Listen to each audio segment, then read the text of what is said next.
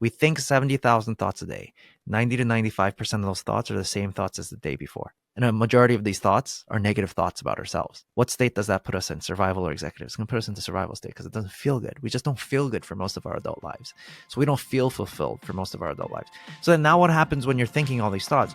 It starts producing a lot of feelings.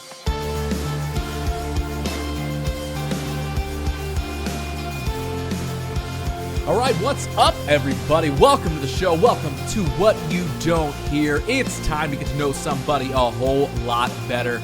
This is a life podcast. It's an open journal dive into people's lives as I sit and I uncover the real story behind my guest's journey, finding out what makes them who they are, talking about all the ups, all the downs, all the thoughts and feelings in between as we dig into the parts of their story that we otherwise wouldn't get to hear. I am your host. My name is Ross Theisen. I'm a creative of many, many kinds and a maker of many, many things. And here is a reminder real quick up front to make sure that you are subscribed to this show on whatever platform that you're checking this out on right here, right now, whether it be on Spotify, Apple Podcasts, or my YouTube channel. Find that like or follow button. Hit it for me if you would be so kind. And if you like the show and you want to stay more up to date with it, make sure you don't miss any of it. You can follow us on social at WYDH Pod. Listen, I get it. You hear all these things all the time on your feeds every single day from every creator everywhere. But all of this stuff, the likes, the follows, the comments, the shares, any of it, it adds up more than you may think. It is a huge, huge help. And the support goes a real long way in helping me continue to make all of these creative endeavors and have cool conversations like the one I have for you in this episode. But first, speaking of supporters, well, I'm lucky enough to have a few partners and supporters of this show in the form of sponsors. So I've got a few of those to tell you about right now, and then we will get into this week's conversation. So this week's episode is sponsored by our friends over at Promo West Productions. So if you live in or around the Columbus, Ohio area and you're interested in catching a live show, going out and getting that live music experience, even though it's getting a little bit colder right now, well, you may want to check out one of these upcoming concerts that are being brought your way via Promo West. They've got Lauren Mayberry coming to Newport Music Hall on February 9th. Bad Fish, a tribute to Sublime, plays at Newport Music Hall on February 12th. Father John Misty comes to Kemba Live on February 17th. And then on Friday, February 28th, which just so happens to be my birthday, they've got Dropkick Murphys playing at Kemba Live. So if you want to grab tickets to any of those shows, you know the drill by now. All you got to do is jump to AXS.com, or as always, for more information on these shows or any other upcoming concerts, if you want to find out who's coming to town and when, all you got to do is jump over to PromoWestLive.com or follow them online at PromoWestLive. All right, everyone. I am excited to share this week's episode, and honestly, this feels like kind of a different type of episode compared to the normal vibe of this show, to the point where I almost didn't even know at times what questions to ask the guest next. That's because this week I talked to Dr. Eugene Choi, who is a performance and business coach, but he does all of that with a neuroscience-based background. I have never had a guest quite like Eugene on here before, and it was a blast to get to know him and how he got started in everything that he does, and honestly, a lot of the knowledge that he has about every single bit of it. He shares how he went from working in the pharmaceutical world to chasing a dream of filmmaking and then bringing things full circle when he decided to take all that he had learned about the brain and neuroscience and apply that to the creative and entrepreneurial world that he then found himself in. It is a really awesome story, and I promise you, Eugene shares a lot of good stuff in this one in a way that I've never quite heard or had shared on this show before. This one is packed with a lot of great stuff, and honestly, I was just trying to keep up with Eugene in this one. Like, that's just the truth. I was just trying to think of what good question I could ask next because he just absolutely kills it. And I'll say it up front here, too. If you like what he talks about at all in this episode, I feel like we only scratched the surface of all of it, really. So I implore you heavily to go check out his podcast, which is called the Neurohacking Podcast, for any deeper dives into some of what he shares here in this episode. But for now, let's get to it. This is an awesome episode with an awesome guest. So here it is, episode 126 of What You Don't Hear with Dr. Eugene K. Choi.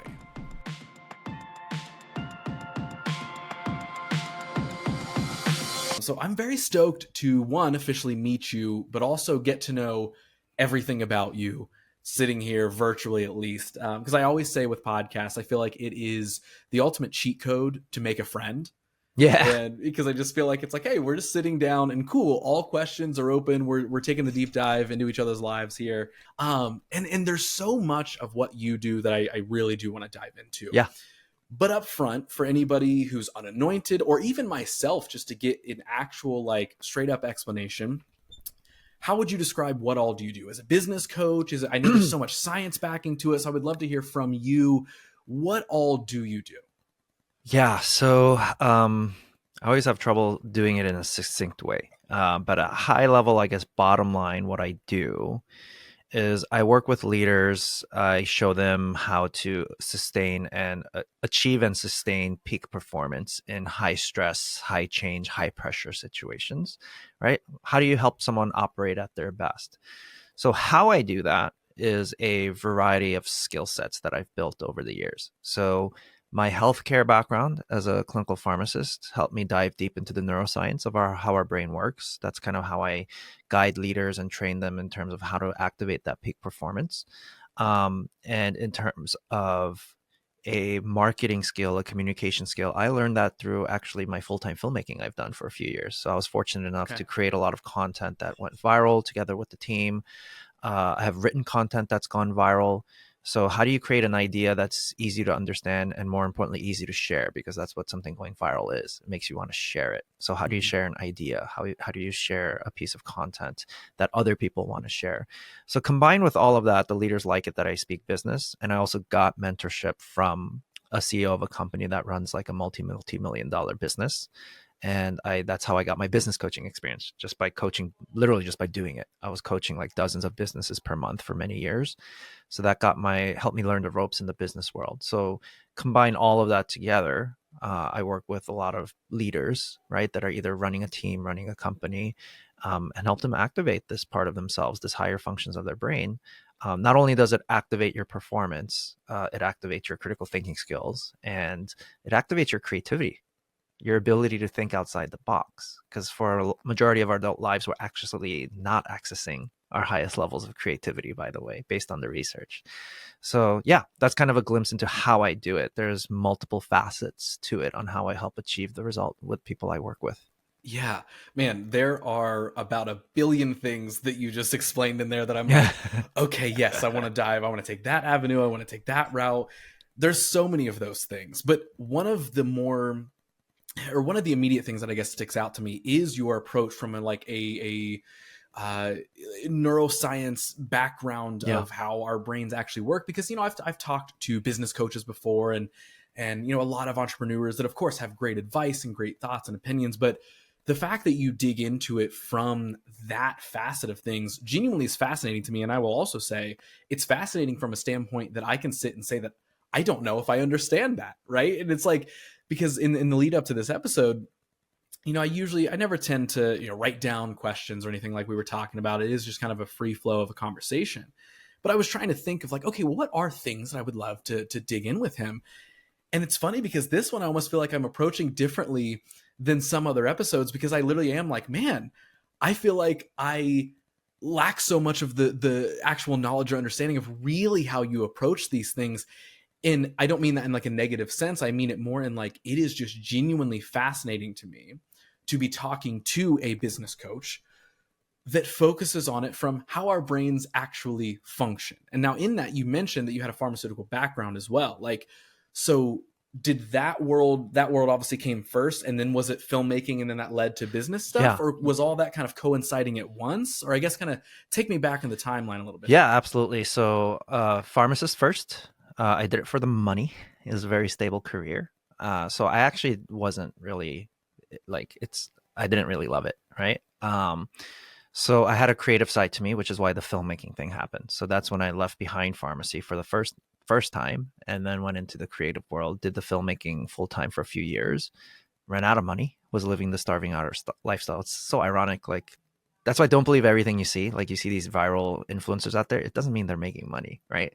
Right, right. Yeah, like, so it's not that lucrative unless you're consistently doing it. So I ran out of money, went back to the pharmacy world, and then eventually went to the business coaching world after that. My viral skill sets caught the eye of the CEO because I hired a business coach, and then within less than a year, they saw I was generating like 10 million views on my articles, and that caught the attention of the CEO, going like, hey, like, do you want to work for us and become a business coach? I was just like, I have no experience doing that. But then CEO offered to mentor me, so when else do you get that kind of opportunity, right, to get Right. mentored by a CEO of a multi-million dollar business?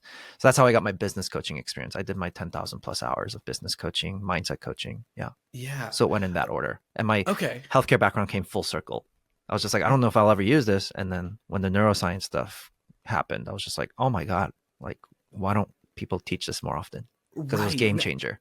Now, now in the neuroscience realm, was that stuff that you did obtain in the pharmaceutical world, like when you did that work, and then you said like it came back to kind of prominence, like later on once you realized, wait a second, why I have a whole kind of quote unquote gold mine here that I can tap into Exactly. in the world of business and creative. So there was some like value.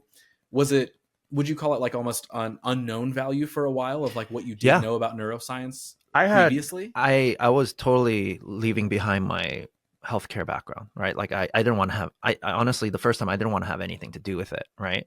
But it was like, when I discovered the neuroscience, what happened was like, wait, I already have this skill set of being able to read like medical journals, for example, medical articles, and understand it and interpret the data, because I've done all of that in school. So then I was able to go down the rabbit hole very quickly and educate myself in a lot of the neuroscience. And then I tested it out, applied it with clients and all of that. And that's when I saw the changes happen in clients. And that's when I realized it's like, oh, I have something here. It's unique, right? Not everyone can say they have a doctorate that they spent and learn science and have a healthcare background, right? As a coach. So Yeah. that's kind of when, yeah, that's kind of when a lot of things came together over that time. Do you remember what that moment was like when you realized, oh, wait, I can tap back into this and literally understanding how people's brains work is going to so easily help me coach people and move forward even in the creative world? Because I feel like a lot of times people could almost look at those things as very separate. I think you said it Yeah, earlier, as like people can look at these worlds as separate things of like, oh, well, you're either creative or you're business focused or you're right, scientific or you're free will, artsy, whatever. I feel like a lot of people look at things as black and white, this or that very often. right. And something that like I myself with many different things try to focus on is like, what's that gray area? What's the mix Yeah, and mingle of a lot of these things? Because that's usually where that sweet spot, that balance can be. What do you remember what that moment was for you when you I, did kind of click and you were like, I oh, wait a do. second, again, like I have a gold mine that I'm sitting on that I can put to practical use now. Yeah, so when I was first launching my business, it had nothing to do with the science. It had a lot more to do with leveraging my filmmaking background. So it's Okay. very like, like, I'll help you find your passion, like all that kind of stuff, right? Like, very general types of statements in my messaging. But what happened was when I got hired to become a business coach, I very quickly realized, you're coaching dozens of businesses now every month, and then you see a pattern. So the pattern was, wait, hold on. Like, I got trained in all this strategy. I'm talking to these clients about the strategy. They're not doing the strategy, right? It's like Yeah. you get on the call, the next call, and you're like, did you do it? It's like, no. Oh man. It's like, Yeah. interesting. So we're telling you the answers, what to do, but they're not doing it. So then I went into, and this is a majority of the clients, right? It's like they're smart, they're educated, and they know the answers, but for the reason they're not applying it, they're not doing it, right? So then I'm like, okay, so then it must be the mindset side of things. It's the psychology. So then I'm talking to them about the mindset and the psychology, and then it's just like, okay, great, they love it, they're eating it up, all the stuff we're talking about. Wait for the next call. Did you do the thing that you should be doing for your business? No, I didn't. So I'm like, interesting. You just took one thing for another. You love learning about strategy, but you're not doing it. But now you just love learning about mindset, but you're still not even applying the mindset stuff either. So it's kind of like that experience. The best way I can explain it is like, how like You know something's good for you, but you don't feel like doing it, so you don't do it. I know I Mm-hmm. should work out because it's good for me, but I don't feel like it, so I'll stay home, watch TV. I know I should eat healthier, but I don't feel like doing it, so I'll bite into this big fatty juicy burger. Whatever the case may be, no judgment. We all do it. Yeah. So then that's when I got interested in like, wait, why is this happening? Why is it that so much of our lives we know something's good for us, but simply because we don't feel like doing it, we're not doing it? And that's when I discovered the neuroscience. I'm like, Yeah. oh, there's a reason why this happens in our brains. And the encouraging part was once I started studying, I'm like, wait, we all have the ability to learn how to change that so that we stop self-sabotaging ourselves. We procrastinate less.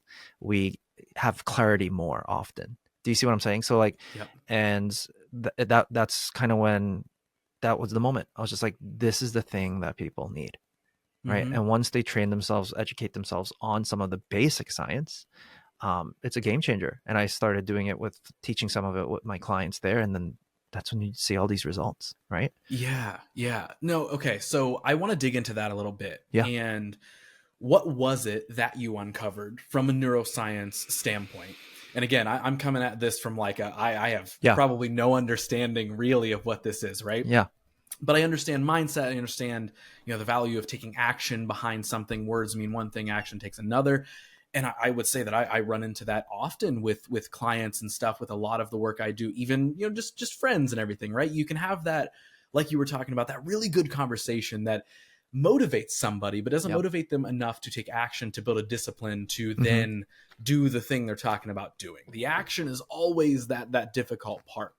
What was it that you uncovered or knew that you begin to implement that was the thing that like helped click people to take that action? Like I would love to dig into what separates somebody from being motivated but not exactly taking the action, and what changed that for you. Yeah, let's do it. Let's go down the rabbit hole. So it turns out, based on the research, for about a majority of our adult lives, we're not fully accessing our creativity, our performance, our productivity, our ability to think critically, our critical thinking skills, our ability to problem solve, and our ability to be empathetic, right? To be able to connect. And this is for a majority of our adult lives. So the thing to understand why this is the case is to understand that your whole nervous system, your brain and the rest of your nervous system, it only operates in one of two places. And that's it. It's that simple. It operates in what I call either a survival state or an executive state. Okay. So a survival state, the purpose of that state is it's supposed to turn on in life-threatening situations only. Meaning if a tiger's in front of you about to eat you, there's stuff happening in your brain and your body. One of the things to understand about this state is you're in a reactive mode. You're reacting without thinking.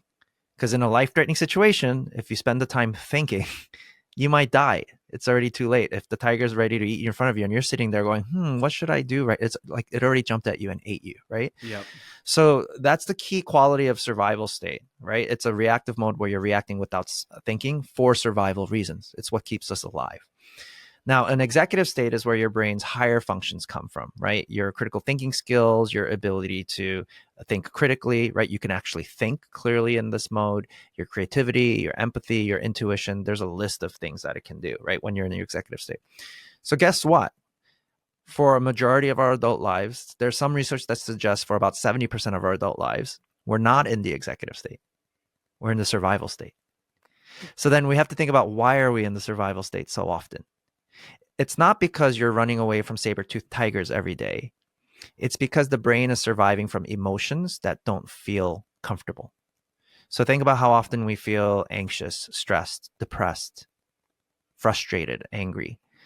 So the research shows that the way the brain works, emotional pain can be just as painful as physical pain in the brain.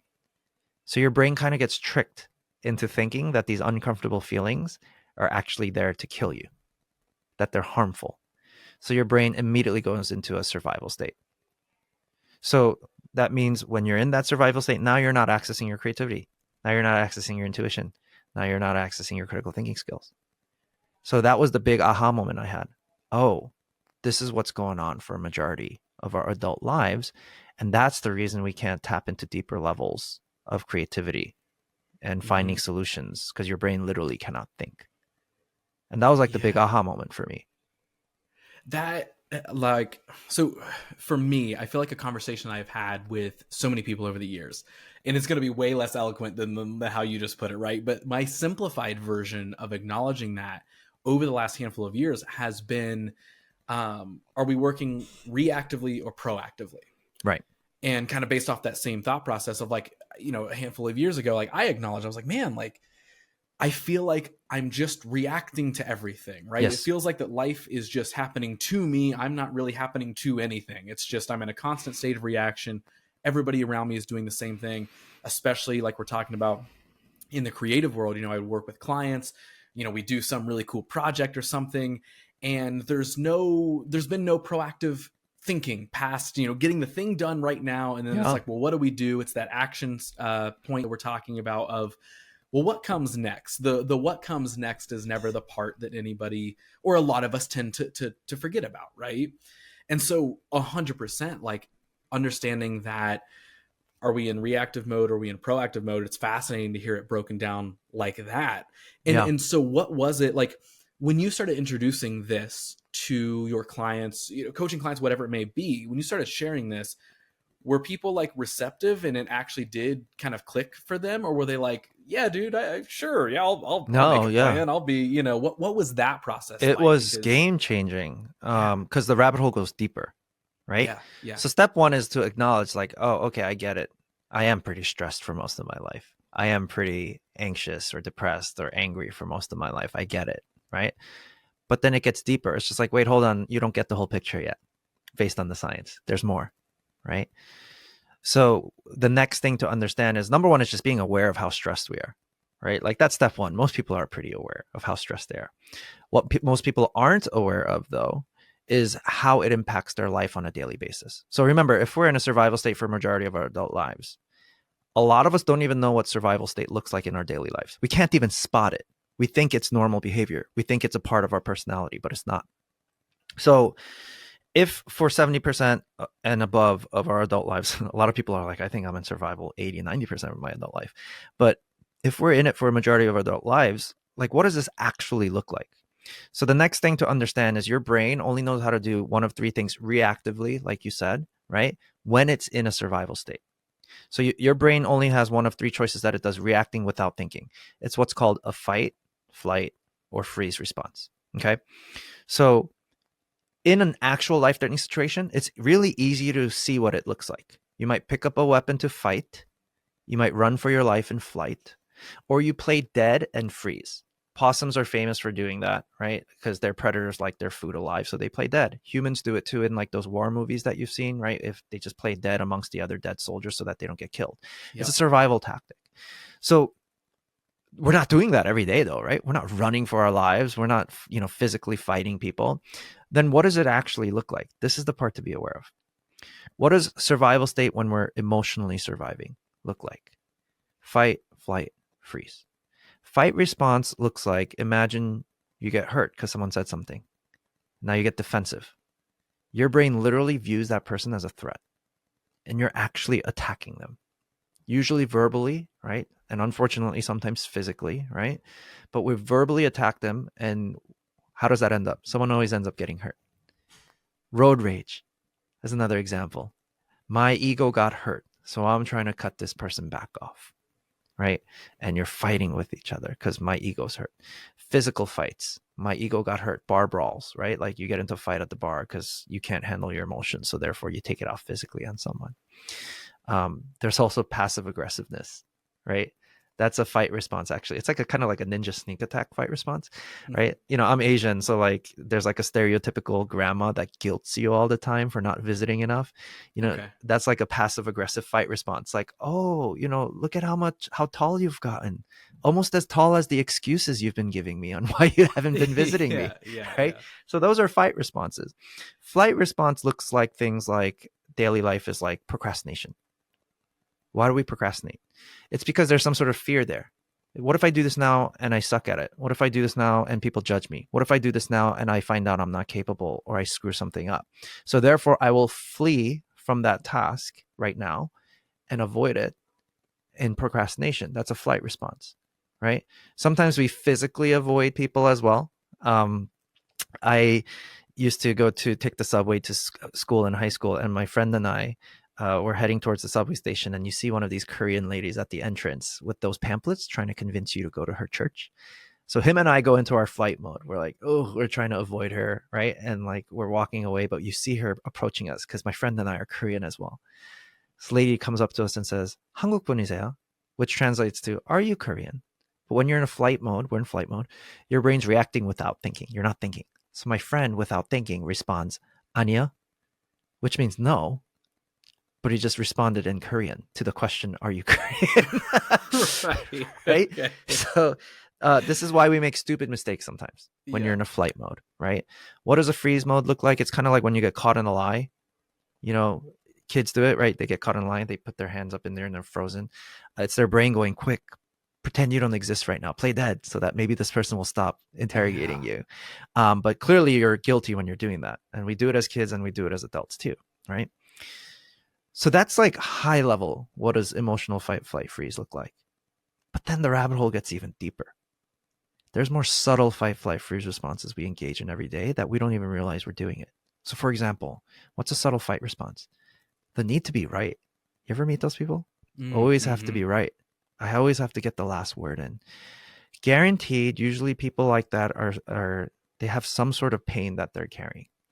And this is their way of fighting to get rid of the pain. You see what I'm saying? Yep. So what does that mean? Maybe at some point in their life, they got shamed for being wrong about something, embarrassed for being wrong about something, whether it's by family or a peer or colleague. So they fight to be right all the time to try to avoid the pain and shame of being quote unquote wrong about something, which is impossible. If you know anyone that's always right, like it's impossible. Yeah. What's another fight response look like that's subtle? People pleasing.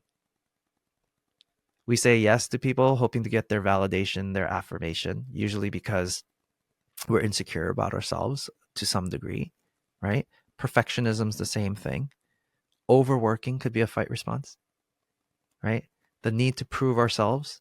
Why do we need to prove ourselves unless what we believe about ourselves is that we're not worth much or whatever, right? We don't accept ourselves the way we are, so we fight to prove ourselves because the way we view ourselves now is not such a great opinion. I had a client once, he was in his 60s. He had everything you could have wanted. The multi-million-dollar business, the beautiful home, the beautiful family, beautiful cars, all that. And he's sitting there asking me, it's just like, why am I still so stressed and anxious all the time? He's in his 60s now. We're going over the fight, flight, freeze response, and he's sitting there going, oh my God, I've been spending my whole life fighting. And I'm like, fighting for what? I've been fighting for my whole life to try to prove to people that I'm better than my older brother. His older brother was an NFL football player.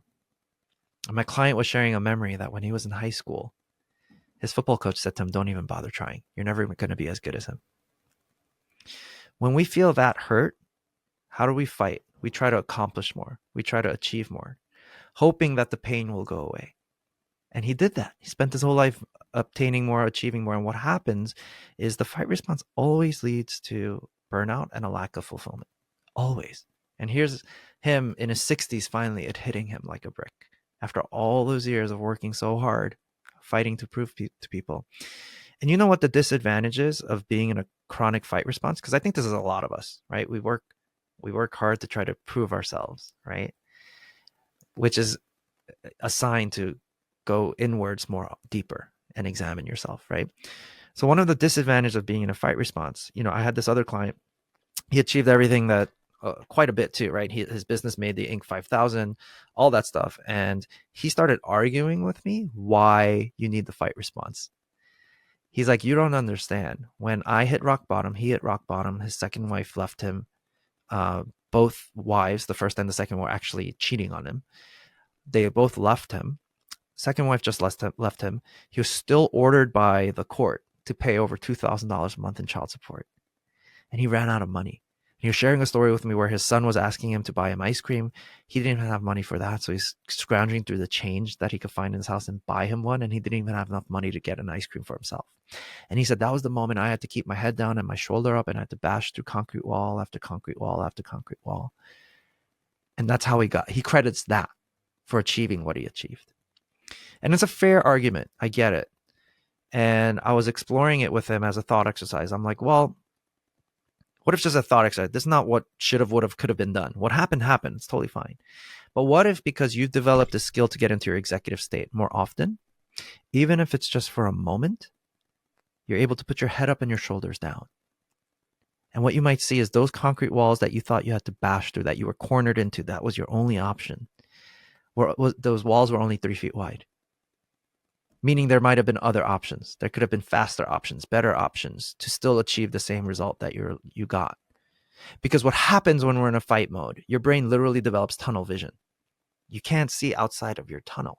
If a tiger walks into your room, you're not going to look anywhere else except where the tiger is. So what happens is, more often than not, you're missing out on other important information, better ideas, better opportunities, better solutions because of the tunnel vision.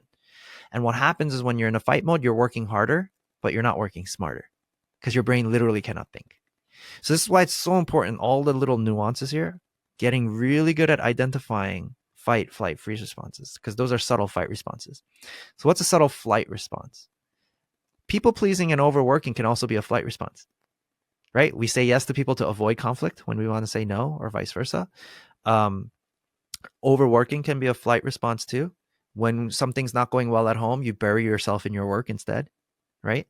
So that's a flight response. And then another flight response that's subtle is when we numb ourselves. We all do this. We all do it, where you intentionally distract yourself to avoid feeling a feeling.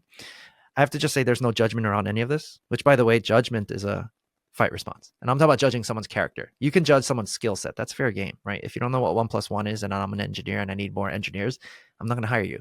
But when you judge someone's character, that's a fight response. It usually comes from insecurity. I feel so not so great about myself. I'm going to try to fight and put that other person down in an effort to feel better about me. So that's a fight response. So I'm just saying that so that's important not to judge ourselves and just be aware of it. So how do we numb ourselves in flight?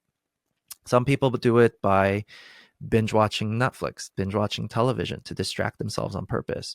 Some people do it by eating a tub of ice cream. Some people do it by overindulging in things like alcohol, sex, drugs to the point of addiction, right? Addictive behavior. It's a chronic flight response that happens. So we all do it. We all have our preferences on how we numb, but we all do it. It's important to be aware because when you're in this mode, boom, you're not in your executive state anymore. You're in survival. Subtle flight responses looks like when we are experiencing something tragic, like you just received some shocking news, you freeze up, your nervous system freezes up, or unfortunately trauma. When trauma occurs, your nervous system freezes up.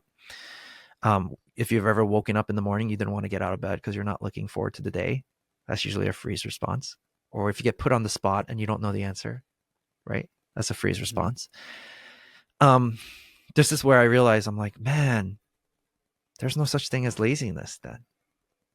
What someone might judge as laziness towards another person, usually there's a chronic freeze response going on inside of him. You see what I'm saying? Mm-hmm. Whether it's because of something they've been through, right? Some sort of circumstances that they're facing, they're in a chronic freeze response. It's hard for them to take action. So if we can become aware of all of this, that's the important first step. Because I would say a majority of people aren't even aware of what fight, flight, freeze looks like. And if you get really good at spotting it, that's the first thing I always recommend. Just practice identifying it every day. Oh, there's a fight response. That person having road rage. Oh, here's my flight response when I'm procrastinating. If you become aware of it, you're giving yourself back the power to change it if you choose to do so. So if you get really good at identifying it, it should feel like this matrix experience, like, whoa, I can see it all, right? Mm-hmm. And you see it everywhere in other people or in ourselves. That's so game changing, because if you have a piece of broccoli stuck between your teeth, do you have the power to remove it? Unless it comes to your awareness.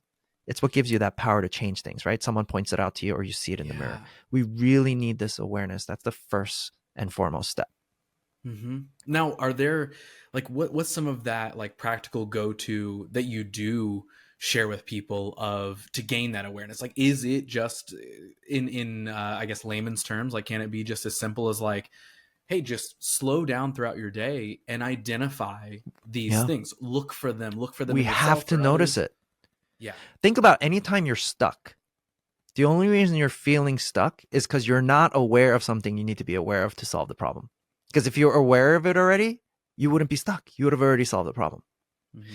So most of the time when we're feeling inwardly stuck, we're not feeling happy with our lives, we're not as creative, guaranteed there's some sort of fight, flight, freeze response we're not aware of yet that we're engaging in. So it's bringing awareness to it and talking about it first. And once you can see it, Now you're ready for the next step, which is you can learn what to do about it, right? But step Hmm. one is if you're not aware of it, how are you going to change it? How are you going to get yourself unstuck?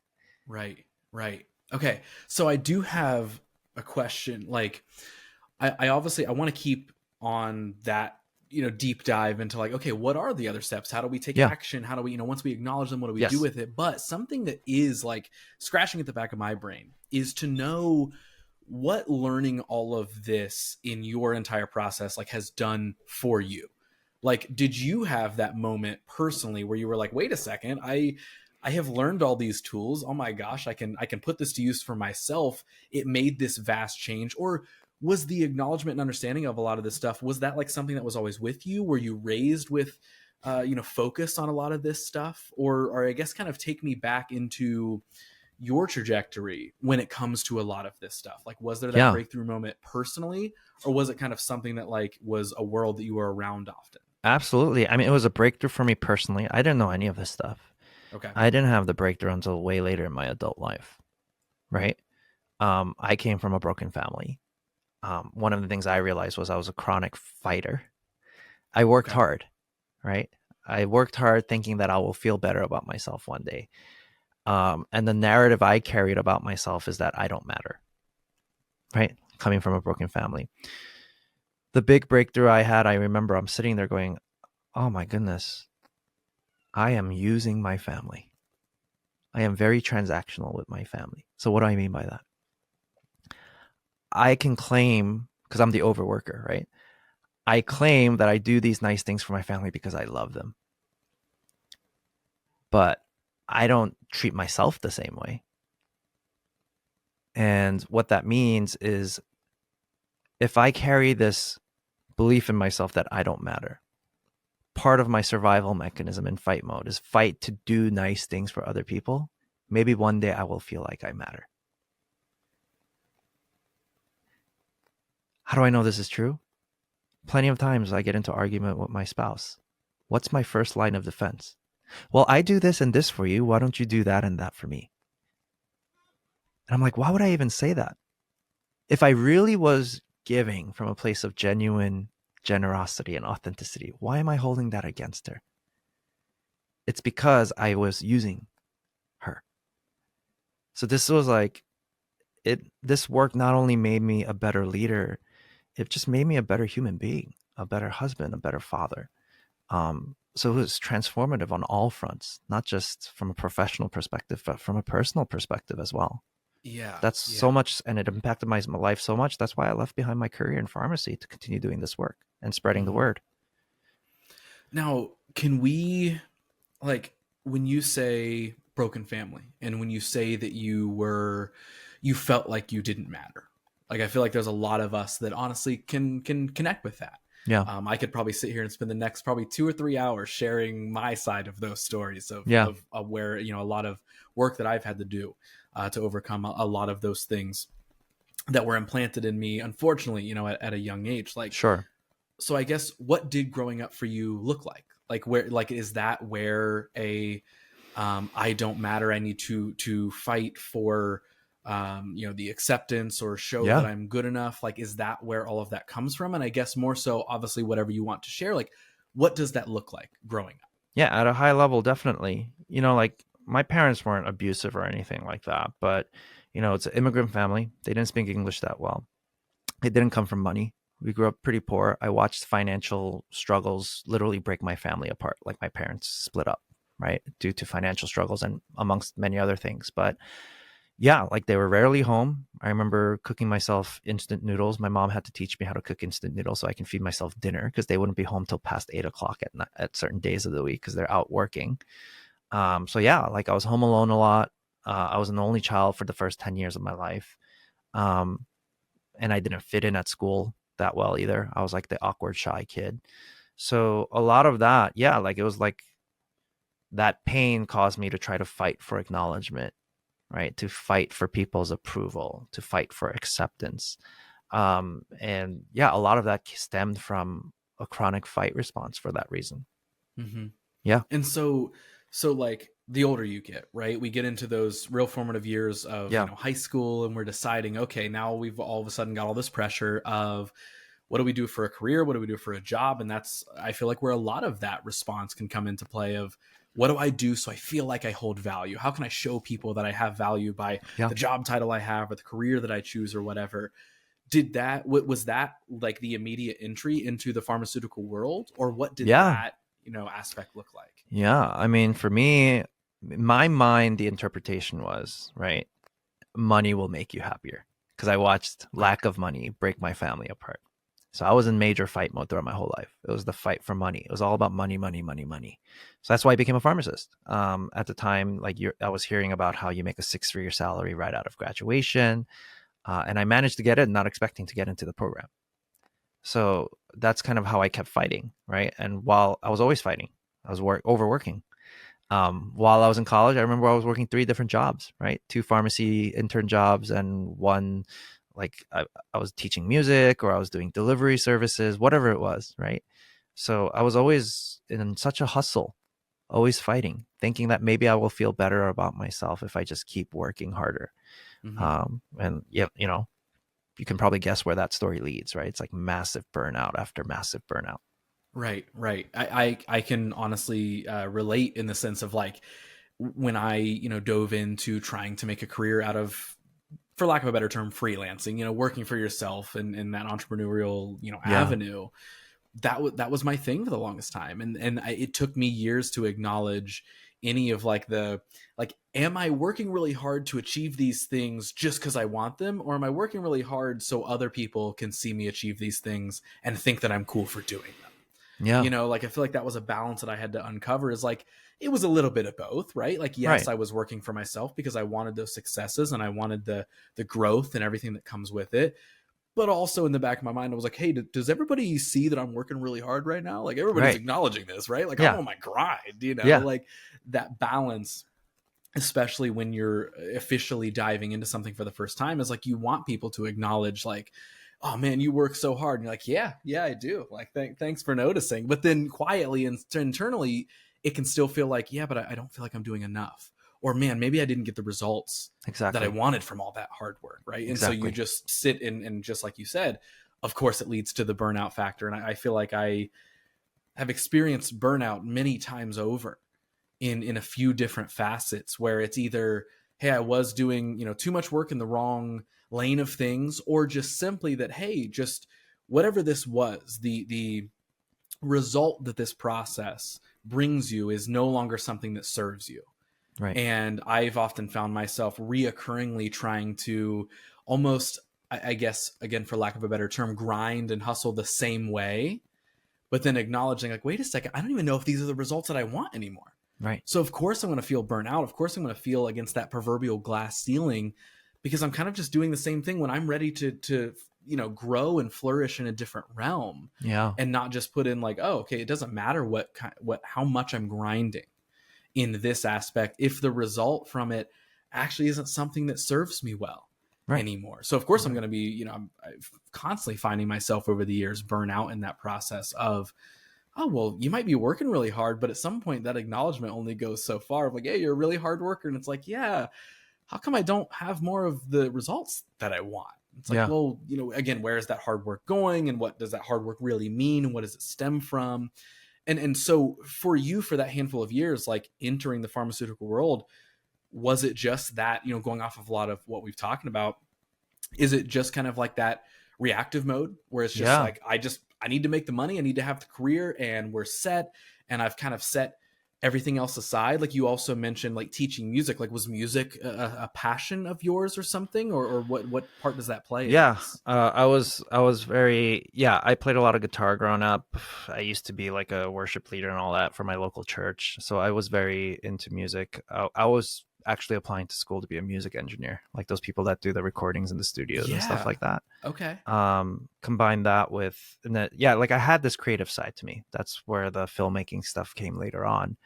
But yeah, man, most of my life was a total fight response, just overworking, trying to get people's approval. Even when you get people's approval, it doesn't feel that good, Mm-hmm.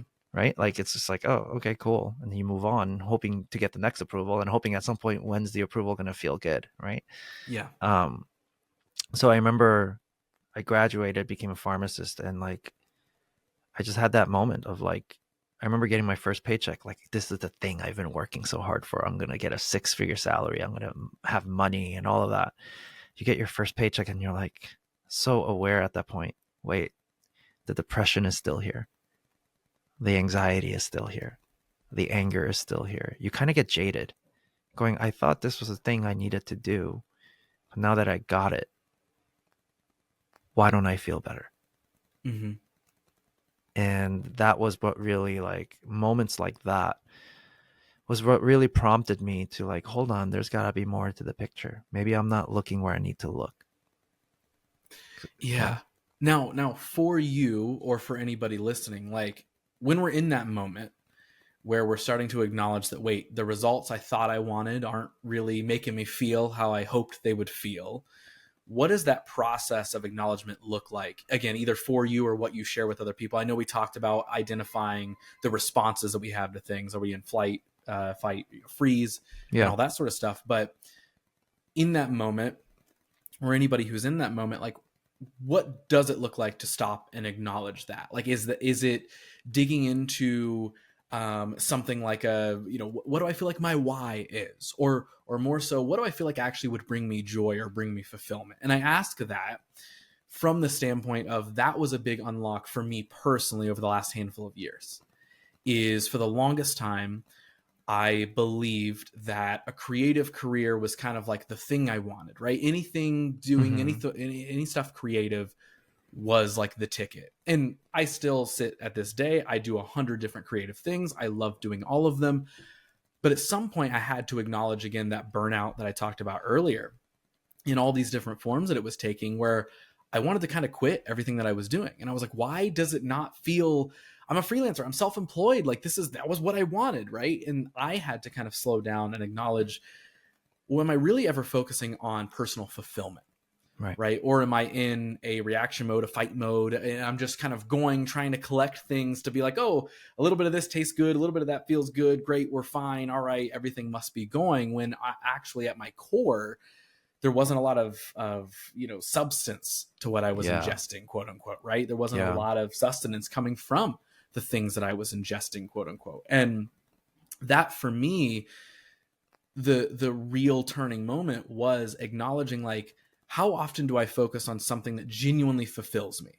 Not just taking the little bit of joy that can kind of extra come from getting a new client or getting a paycheck or whatever it is, but how often do I focus on things, and even in day-to-day life, that are joyful to me? And that was like a handful of years ago. And again, this is just my personal side here, is like, once I started acknowledging that and I slowed down and was like, wait, again, do I ever focus on actual fulfillment? And then what are things that I can do to bring that fulfillment? That's when I started to feel different about a lot of the stuff that I did. I started to feel different about myself. Do you remember, like, what that was for you when you acknowledged, like, wait a second, it's not the paycheck? Was it looking at, like, do I do things that fulfill me, or what was that for you? Yeah, I mean, I had a long period of that phase of, like, am I doing the things that fulfill me? And you try all these things, you succeed at different things, accomplish cool things, but it still didn't feel that great. Mm-hmm. You thought it was a thing that would fulfill you, and it does feel good when you do these cool things, right? So I think the biggest realization was, like, if you even want to have that clarity of what actually fulfills you, it's to see that the fact that we are in survival majority of our adult lives. Because here's the thing to think about. By the time you're 35 years old, 90 to 95% of your brain goes subconscious. So what does that mean? It's on autopilot. So just like you don't go down the stairs going, I'm going to put my left foot forward, my right foot forward. You don't do that because your body has done it so many times, it can do it without you telling yourself consciously to do it. You see what I'm saying? It's a habit. Mm-hmm. What most people don't realize is that it's the same exact thing applies to our thoughts, our feelings, and our actions. We think 70,000 thoughts a day. 90 to 95% of those thoughts are the same thoughts as the day before. And a majority of these thoughts are negative thoughts about ourselves. What state does that put us in? Survival or executive? It's going to put us into survival state because it doesn't feel good. We just don't feel good for most of our adult lives. So we don't feel fulfilled for most of our adult lives. So then now what happens when you're thinking all these thoughts? It starts producing a lot of feelings. If you have a thought in your head, electrical activities happening in your brain. And what's happening is between every brain cell and your nerve cells, right, down your spinal cord, chemicals are getting released in between those cells to communicate with each other, right? For any of the terminology geeks that want to know what the terms are, it's neuropeptides, neurotransmitters, right? You might remember it from biology class or anatomy class. So you have all these chemicals going down your spinal cord. It hits one of your hormonal centers, and then now you release a hormone, and that's when you feel a feeling. So if you ever heard of the term emotional addiction, we can actually get addicted to our feelings. So for example, if you're a person that's addicted to anger, imagine you wake up one morning and your body's like not feeling the anger it's used to feeling. So it's going just like a drug addict. It's like, hey, I need my fix. Where's my anger? So it's poking at your brain. Hey, can you give me my anger, my dose of anger today? And your brain's going, all right, fine. Let me think about that ex-partner or this boss that I hate or whoever it is that makes you feels like it makes you feel angry. Yeah. And all those chemicals are getting released in your body now, and you're feeling the anger. And while you're going, oh my God, I'm so angry, your body's going, this feels so good. I got my fix. And based on how we feel, that's how we act or react. Most of the time we react. So that means for a majority of our time, we're on autopilot. That's why it's hard to see it. That's why we keep having this experience. I know what's good for me, but because I don't feel like doing it, I don't do it. So this was the thing I had to come to terms with, where it's like a rabbit hole. It's just like, am I actually doing the things that fulfill me? Or am I just in another program right now where I just keep thinking the same thoughts, feeling the same feelings, doing the same things, but I'm just replacing one thing with another, right? I left pharmacy. I went to filmmaking thinking that's the thing that's going to fulfill me, but it didn't. Do you see what I'm saying? Yeah. Right. Yeah. So it's like you at some point you experience you're spinning the hamster wheel, but it's not because of what's happening on the outside. It's because of what's the programming happening on the inside. The only reason we think changing something on the outside will change how we feel on the inside is because of how our brain works. Imagine you go into a dark forest and you hear a scary noise. You feel threatened. Where will your brain focus on? Is it going to focus on things happening outside of you? Or is it going to focus on things happening inside of you? You're going to look outwards. Oh, shoot, where's that noise coming from? We focus on the outside. But think about this. The same exact thing's happening whenever you feel not so great. You feel anxious. You feel depressed. Because your brain perceives the feeling as a threat, boom, you're focused on the outside. So now we're in this illusion. Oh, I must be feeling sad because of this thing happening in my life. I must feel sad because of this relationship. I must be angry because of this boss. We blame the things on the outside without taking ownership of the fact that, no, you're creating your feelings on the inside for whatever reason, based on your own autopilot. If you're a person that's addicted to complaining, you're complaining because you're creating that. Are we willing to take ownership over that or not? That was the aha moment for me of like, if I truly want to learn how to become more fulfilled, right, and more free in my life, this is such a critical component, is to understand how to look inwards more and not blame the things on the outside for the feelings that are happening on the inside. Mm-hmm. Now, that's when everything changes.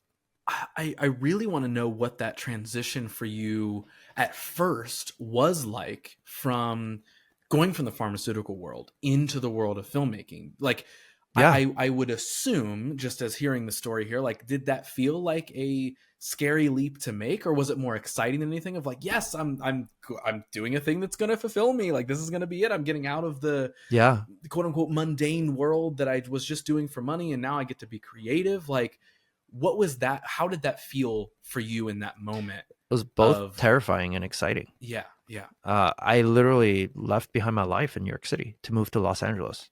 My wife and I went on a 1.5 month long cross-country road trip. I was like, I have this opportunity with these 3 guys that started a company called Jubilee Media, right? They're pretty big now, but I was with them when they were starting off. I was like, what do you think of me going and making films on YouTube full time? She said, yes. So it was terrifying and exciting at the same time. Yeah. Mm-hmm.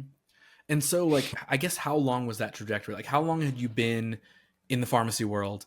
And then how long of, I guess, a transition was it into the video world? Was it just like, hey, I joined this company and all of a sudden my world was then video? Yep. And it was that way for 10 years? Or I guess, what was that? Yeah, I was practicing pharmacy after graduation for 3 years. I quit on my 3-year anniversary date and then moved to Los Angeles and did that for about 2 years, full-time filmmaking.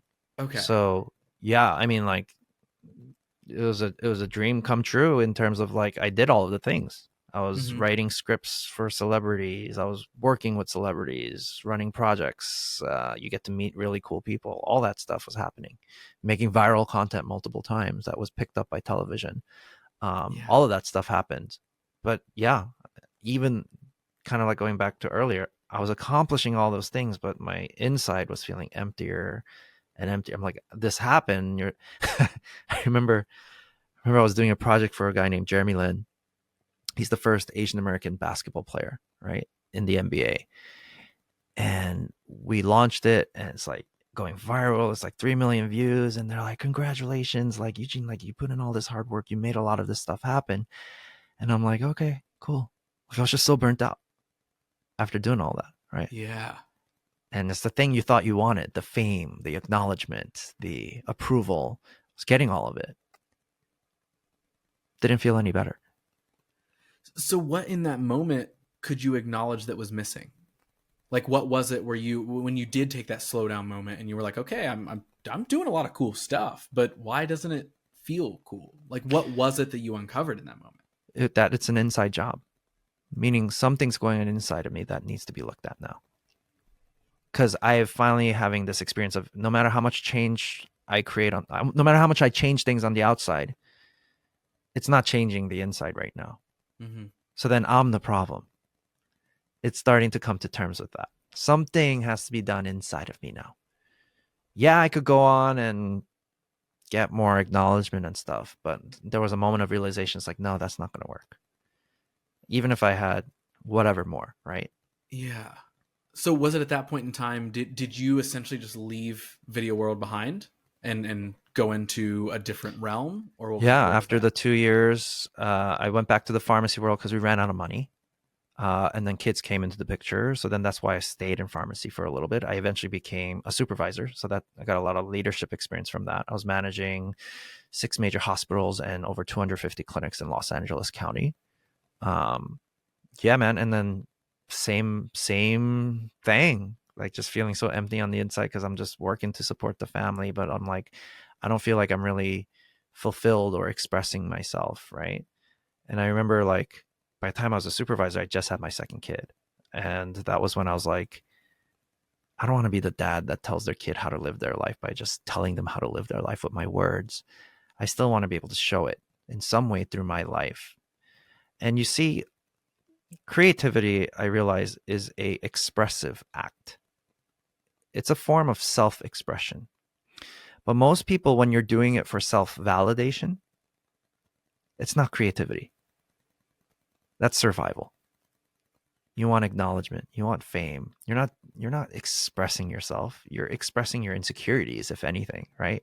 Like, so I realized that was when I was just like, like I want to figure this out. And that's kind of what started the journey of the business coaching. So that's when I hired a business coach. I paid like tens of $1,000s for like a business coach. And then, yeah. And then I used a lot of my experiences from that to start writing, and that got exposure. And then one year, one of my articles went viral, and that helped me launch my business in full time because I was making in a weekend what the company that hired me was paying me for the whole year. Yeah. So that's what helped me go full time in my business. And then just, yeah, through a lot of, I mean, I've done so much stuff, but like through coaching, a lot of coaching that I received as well. Um, you just start finding these parts of yourself that you didn't even know that were there. Mm-hmm. Whether it's a part of yourself that needs to be worked on, or whether it's a part of yourself that needed to be expressed and it turns out to be a superpower for you, right?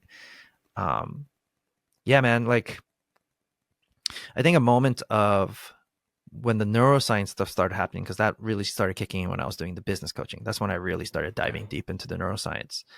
One of the things that happened is like,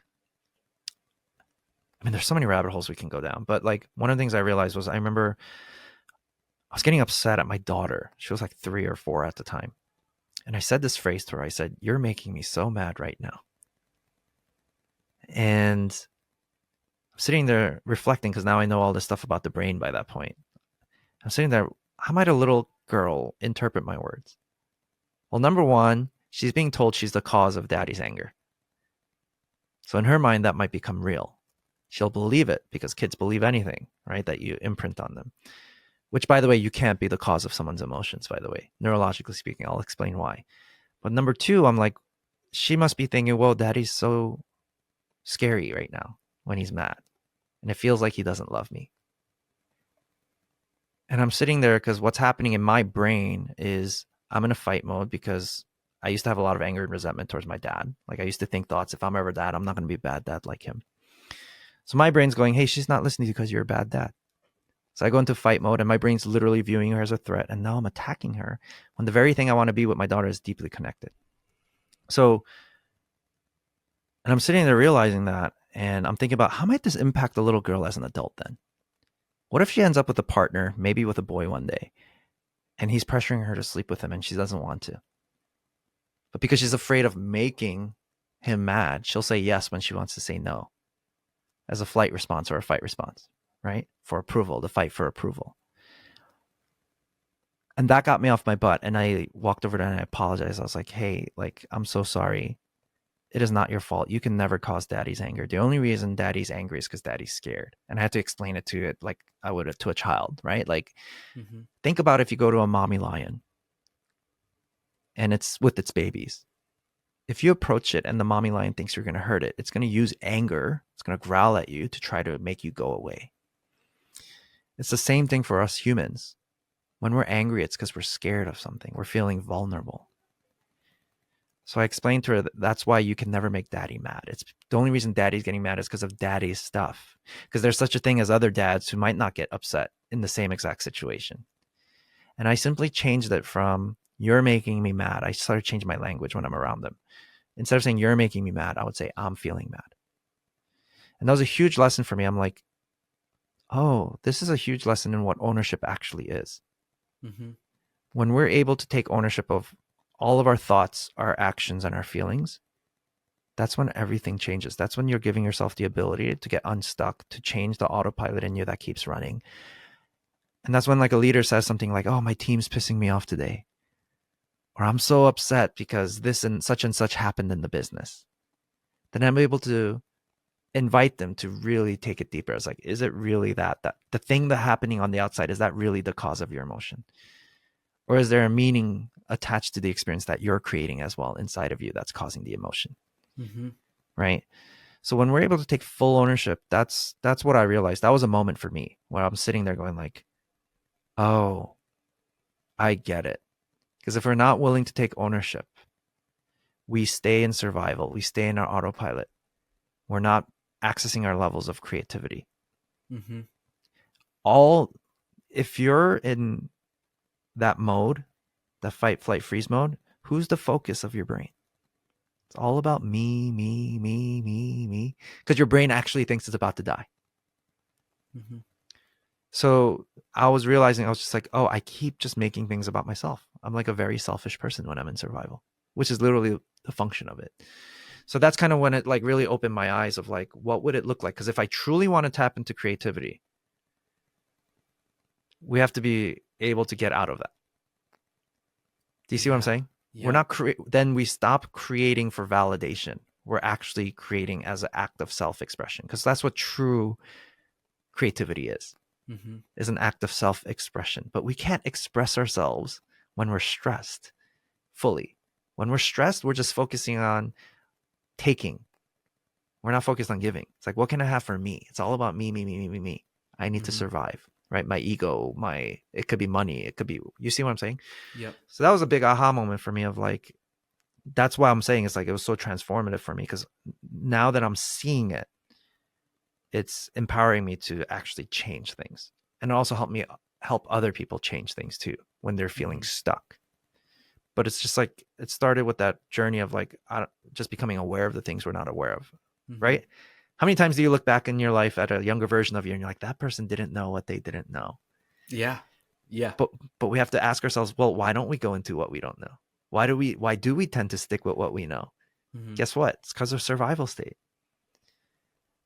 That's the whole function of it. You don't like going into uncertain territory. The brain doesn't like uncertainty. Right. When we used to live in caves, you go to uncertain territory, you might get killed by a wild animal. It's hardwired in us not to like uncertainty. But the problem is, if your life's actually not in danger, by not going into the uncertain area where you can learn something new, try something new, it's preventing you from growing. And that's why we stay stuck, because we keep just staying with what we know. Yep. Yep. That totally makes sense. Yeah. Something that I really want your thoughts on here, and this might open up a whole other can of worms that we'll just scratch the surface of. Let's do it. There's a lot of can of worms. Yeah. But within all of this, within the growth in, the creative world, the business world, just basic human living at this point, we're in all these different modes. We're trying to acknowledge ourselves, how we actually feel, what we actually want. What are your thoughts on like what something like social media plays in all of this, in when it comes to things like imposter syndrome, comparison, that can add to those freeze states, those fight states, whatever it may be? Like, have you ventured, I would assume you've ventured down and again, like I feel like you would have such a unique perspective on what aspect does social media now play to all of us? Because I don't necessarily think, and again, this is coming from, I don't have, even half the knowledge that you do on how brains work, but I would venture to guess that, social media is relatively a new thing. And I don't necessarily know if human beings are evolved to keep up with what social media is doing and how it's feeding us and how we're, doing all this sort of stuff. So it's like, well, yeah, we're going to feel really down when we see one incorrect post or get one bad comment. We don't know how to really take that in, of stranger on the internet telling us we suck. We don't know how to comprehend that, right? We're built off of, the instincts of people back in those caves. If someone in our community of 15 tells us we suck, then, oh man, that hurts. Somebody in my community feels bad. But now we're trying to process things like a stranger not liking the thing, or not enough strangers liking our thing. And I feel like we're just not wired. We haven't caught up necessarily to where social media has taken us. But I would love your thoughts on, what do you feel like social media plays? What role do you feel like it plays? With that's so a great much question. of what we've talked about. So it's easy to blame social media. But the way I see it, at least in my perspective, social media is a tool, just like anything else. A hammer is a tool. You could use a hammer to build an amazing house for someone, but you can also use a hammer to bash someone's head in. So what I mean by this is, tools are just a reflection of the owner using the tool. You see what I'm saying? So if I'm on social media feeling all insecure because someone else said something not so nice, it's just amplifying the insecurity that I already had inside of me. Yeah. Because a person who is secure in themselves, and if someone says that, they're not affected. So it's not, is it really the social media that's causing the feeling, or is it just amplifying what's already there? It's the same thing with money. Money is a tool, but it just amplifies its owner. If you were to drop $1 million in front of a drug addict, what are they likely to use that money on? Probably more drugs, most likely. If you drop $1 million on a wealthy individual that was able to create money for themselves, more money for themselves, what would they use it? They'll probably use it for something different that actually creates more money. So every tool is just a reflection of its owner, which is why it's that much more important. Well, what's happening inside the owner of the tool? If you're willing to go there, then you'll get to the truth, right? And that's why it's such an inside job. That's what's so important, is if we're willing to look inwards. But you know what? The bottom line is it's uncomfortable, dude. Like, it's like, that's it's the truth. Personal growth is so uncomfortable. Do you know what the best I laugh because, like, when you think of those people that are like, I am so self-aware, like, life is so good, I'm a manifest, like, whatever, right? Like, they seem like all rainbows and unicorns. They're probably not that great at personal growth. They're just probably great at talking about personal growth. Because the reality of it is, personal growth feels really uncomfortable. The best way I can explain what it feels like is, imagine you went on a spending spree. You spent all this money, went wild with your credit card, overspent, and imagine you get the bill in the mail one day. It's that feeling of like, oh, I don't want to open this bill and look at how much I owe. That's what personal development feels like. It's like, oh, I don't want to look inside myself and see what kind of insecurities are here, or these, you see what I'm saying? Like, these negative thoughts I have myself, or my beliefs I have about myself. I don't want to look at that. It feels so uncomfortable, but everything's amplifying it. It always goes back to the owner. We can blame social media, but it's not social media. It's the people who's using social media.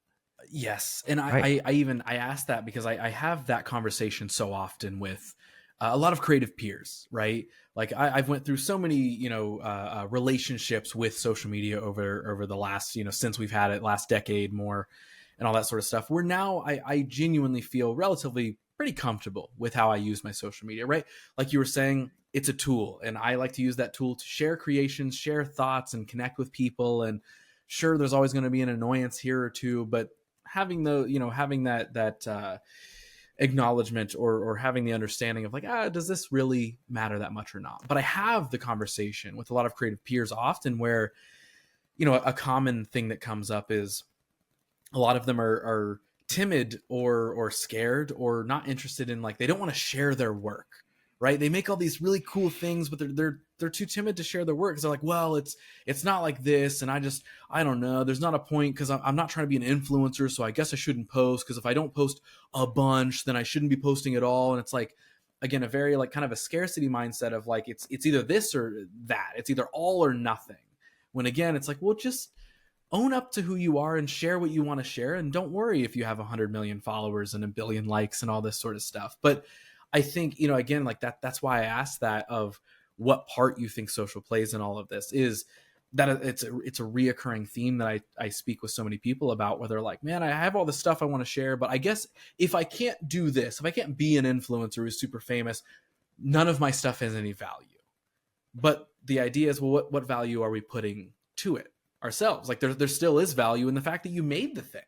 Yeah. At least that's my perspective. Is like, no, the value is like, who cares if you go viral or not? Like, and then again, why do we want that virality? Why do we want that in the first place? What is that going to do? What's our domino effect here of like, okay, if you do go viral, what does that really mean for you? But more so, like, let's just strip it down to, you made a thing, and do you like that thing or not? And what, just And put go it out. express it. Just share. Yes, express it. Just share it out there. So that, I asked that because that's such a reoccurring thing that pops up in conversations that I have with people, where, they're like, oh man, like I see you post stuff and I wish I could, and blah, blah. I'm like, look, I'm not trying to be an influencer, like throwing that term around so much. It's like, I'm not worried about everybody in the world loving the things that I make. I just want to enjoy making the things I make. And if two other people happen to see it on an Instagram feed and they're like, wow, hey, Ross made that pretty cool thing, or Ross had a cool episode of that podcast, that was pretty neat, then amazing, job done, right? But ultimately the job was already done, because like we've been talking about so much throughout this episode, did I feel fulfilled or any amount of joy that came from that thing? Well, cool. I made this thing, and I have grown to become comfortable with just sharing it just because, out of self-expression. Now, I will say I didn't always have that mentality. I definitely, for a handful of years, probably, I don't know, 6-7 years ago or something like that, I wanted to follow the creative trends so bad because I wanted all the likes. I did want the followers. I would see other, photographers or, video directors and stuff getting all the views and all this attention. And I'm like, I want that. Why? I want that. I want that validation. I want all these other people to think what I do is cool. And I gained a pretty decent following on my old profile and all this sort of stuff. But then at some point I was like, it's again, so much of what you've shared here today is like, I was like, wait, what is this really equating to? It's not really, it feels very empty, because sure, somebody might toss a like, but did they really watch the thing that I put out, right? 500 people might have liked it, but does that mean that all 500 watched the whole short film or music video or whatever it was that I made? Probably not, right? But I would notice that, the 2 or 3 or however many people that would maybe message me directly or text me directly and say, man, that thing you made was really cool, and it was really awesome, or it was inspiring, it was whatever. Yeah. I was like, oh, that one connection brought me more joy than seeing the visual of the 500 likes, getting that dopamine hit of like, oh, the views are going up. And like, I'm not saying that something going viral isn't cool or awesome or doesn't have value to it. Like, yeah, of course, there's that's very, very cool that a bunch of people can see the things that we do. And of course that can then cascade into a lot of other cool things happening for somebody. So I'm not downplaying any of that or saying that it doesn't have value, but something that I personally had to break through, and active conversations that I do have, is like the act of just creating and sharing for self, rather than, okay, does somebody else think this is worth something, so then I feel worth something?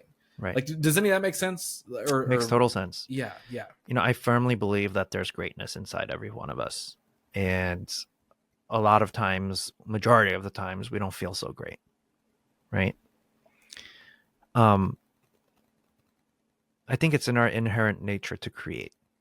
There was a saying that I heard that I so agree with. It's like, the moment you stop creating, it means it's the moment that you've fallen more in love with the past than creating the future. Right? Because you're repeating the same things, the same thoughts, the same actions, the same feelings, and now you're just doing the same thing every day, and you're not creating. And the thing that gets in the way, like, this was the big aha moment I had about how do we access this level of ourselves where we're creating things that are coming out of us that are so valuable for other people and is transformative for other people. It's like, how do you tap into that energy? And as a lot of creatives go into it at times, right, where you're in this flow, people call it a flow state, right? You bounce in and out, but we don't know how to turn it on at will, right? So I remember sitting about, and there's this time where this leader was being asked that cliche question, like, how do I find my perfect partner? As if there's such a thing as this one person in this world that you can hold responsible for your happiness whenever you don't feel happy, so that at least when you're not happy, you at least have someone to blame. That's what's really happening in the brain, right? The thought process. Yeah. So the leader was astute enough to understand this question was coming from a selfish survival state to begin with. And he just asked a really powerful question, which was, would you go out with yourself? And I remember it hit me like a ton of bricks because, number one, my initial reactive answer was, no, I wouldn't. It's easy to see all the things we don't like about ourselves, right? But the deeper aha was, wait, if I don't have a healthy relationship with myself, then I can, like I said earlier, like I can tell my wife I love her. I can tell my friends I love them. But I actually don't love them if I don't have a healthy relationship with myself. Everything I do for them is going to be for me to try to feel better about myself. So that was the importance of understanding how important it is to develop a really healthy relationship with yourself. Look, there's no perfect parents out there. We all grew up not receiving something from the parents that we have that we would have liked as a kid, especially when we're in emotional distress. But the moment we become adults, we can become the adult for ourselves that we always needed. But we have to learn it because no one ever taught it to us. If our parents knew how to do it, we would have learned it from them. But because they didn't do it, you see what I'm saying? Yep. So in order to become the adult that we want to be for ourselves, it requires a lot of internal focus. So there's this story out there, this parable of a painter painted a beautiful painting of a beautiful woman. And the story goes that he fell in love with the lady in the painting. And he fell in love with the lady in the painting so much that he would bring this painting out on a date at the restaurants, walk around with it in public. So the town thought this person went crazy. But the point of this story is we are all the painter. Meaning, in our own minds, we've painted a version of ourselves that we think we have to be. And whenever we don't feel like we're that person in the painting, that's what's literally how we create our own suffering. We're comparing, oh, I need to be that person, but because I'm not that person right now, I don't feel so great. And that's why it's so important to ask ourselves on a daily basis, how do I feel about myself right now? Because if the answer is not so great, guess what you're going to do? You're going to fight, flight, freeze. Mm-hmm. You fight to try to accomplish more. You overwork. And when you don't feel like you're that person in the painting and you burnt out, you go into flight mode. You binge some alcohol, you binge whatever, drugs, or whatever the case may be. Or you freeze. You just stop doing stuff because you feel so burnt out. So it's a question of how good do we get at accepting ourselves the way we are right now? Just like you would with a friend that when they're down, you would have their own back. Do we have the same attitude towards ourselves? Because if we don't do this, your creativity that you can express your value, it depends on it.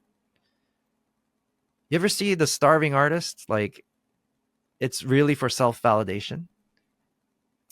I want acknowledgement. I want more validation. I want to become the famous person. That's why a lot of them usually stay starving. Do you know why? Your empathy's turned off. Mm-hmm. Part of being in an executive state your empathy turns on. And when your empathy is on, you actually pay attention to what do other people value. Yeah. Right? Instead of being so focused on, I only want to focus on what I value. Well, Yep. what I care about is this, and I care about is that. And if no one else cares about it, like, I'm sorry, like, why would people ever pay you for something that they don't value? Mm-hmm. Right? So this is why it's imperative, right? If a lot of creatives make it about themselves because of survival reasons, but that's not being creative. That's being self-serving. So if we truly want to access this deeper level of creativity where you're also producing value for a lot of other people through your expression, um, we need to become able to get over ourselves. Because when you're out of survival, the concept of yourself disappears. You ever think about this? When you're humans are restricted by three things. We're restricted by this body we have. We're restricted by time, because we're always racing against the clock to accomplish things by a certain time. And we're restricted by our environments. We didn't choose the genetics that we were born with. We didn't choose the parents we had. We didn't choose the location we were born. So that environment affects us at an early age. But think about when you're in a true creative mode. Don't you lose track of time? Mm-hmm. Don't you lose track of your body? Don't you lose track of your environment? You literally have gone beyond your human limitations when we're in this creative mode. Where did you go? You disappeared. You ever hear that phrase, you lose yourself in the music or lose yourself in the moment? That's what executive state is. That's a form of true expression where, because of your empathy, you're not so focused on yourself, you're focused on something bigger than yourself. And that's when true creativity kicks in and you create beautiful art because of it, whatever the art is, right? Yeah. Something you are expressing becomes so valuable because you are so empathetic. When you are with a loved one and you are in empathy mode, you're so focused on them. Where did you go? You lost yourself in that moment to that person. And it's imperative, but most of the time we don't even realize we're stuck in the survival state without even knowing it. Yeah. So that's why it's so important. It's like step one is being aware. Step two is, this is where a little bit of the science come in, is just train ourselves, educate ourselves on some of this stuff. And once you get really good at it, there's ways you can change your autopilot. That's where a lot of the science comes in, right? Where you can literally develop the skills to change autopilot so you can access that level of creativity at will more often. And lastly is implement. If you don't apply what you've learned, you're not going to experience the benefits of it. And that's kind of what I realized. It's just like, man, like, to truly be fulfilled is to be in this mode where you just lost yourself. And it's one of the purest forms of self-expression where you're just letting out what comes through you. And it will be so valuable for other people. But if you're in that mode of like, oh, I could never express this, I can never put that on social media, what does that say about what's going on inside of you? Mm-hmm. There's a fear there. You're making it about yourself. You're doing the people a disservice that could find value in your art by not expressing it. This is what getting in our own way actually looks like. Yeah. Because we keep making it about ourselves when it has nothing to do with ourselves. Mm-hmm. So anyway, but there's so many rabbit holes around this, but that was like a big aha for me. Yeah. There are about 1,000 other rabbit holes that I want us to go down. And I know we could make this podcast probably about 6 hours long. Yeah. But in lieu of not doing that, I've got a last few like more formal questions for you. And one of them that I want to start with is based directly off of everything that we just talked about. Something that I feel like I've never, I feel like directly asked a guest on this podcast before, but so much of our conversation has led me to wanting to ask you. And that is, I almost want to ask you direct advice for something that I'm going through right now. Sure. So in my creative career, I, again, like we've talked, been through the ups and downs of burnout, a lot of, self-acknowledgement work and self-confidence and all this sort of stuff. Always more work to be done, of course. But where I've found myself lately with a lot of my individual clients that I work with is, and I'm asking this all and kind of putting myself out on the limb here, is because this is I've had this very eerily similar conversation with a lot of creative peers as well, where they're like, man, I thought I was the only one. I'm feeling the exact same way, right? And so the example, using myself as the example, so many of my direct clients, I've actually found myself incredibly burnt out with. And I almost feel like I don't know how to communicate with them in a business sense, in a creative sense anymore, to even get more out of our relationship. And I also feel like I can't give more to Yeah. our relationship. Yeah. Now, of course, we can relate a lot of that to the monetary side. It's like, man, like Sure. I don't know if I can do more work for you if we're not paying more for it. And I know money's hard for everybody and business can be up and down and all this sort of stuff.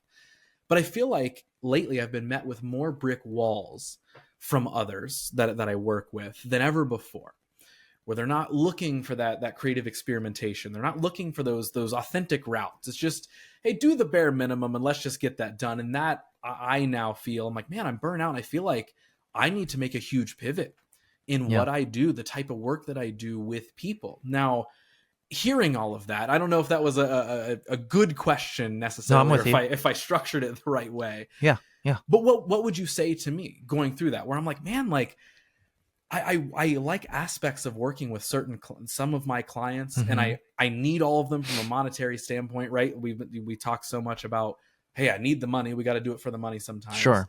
Sure. But now, having done so much work and self-fulfillment of like, no, I want to do things that bring me joy. Now I'm finding myself that there's a magnifier on the things that don't bring me joy.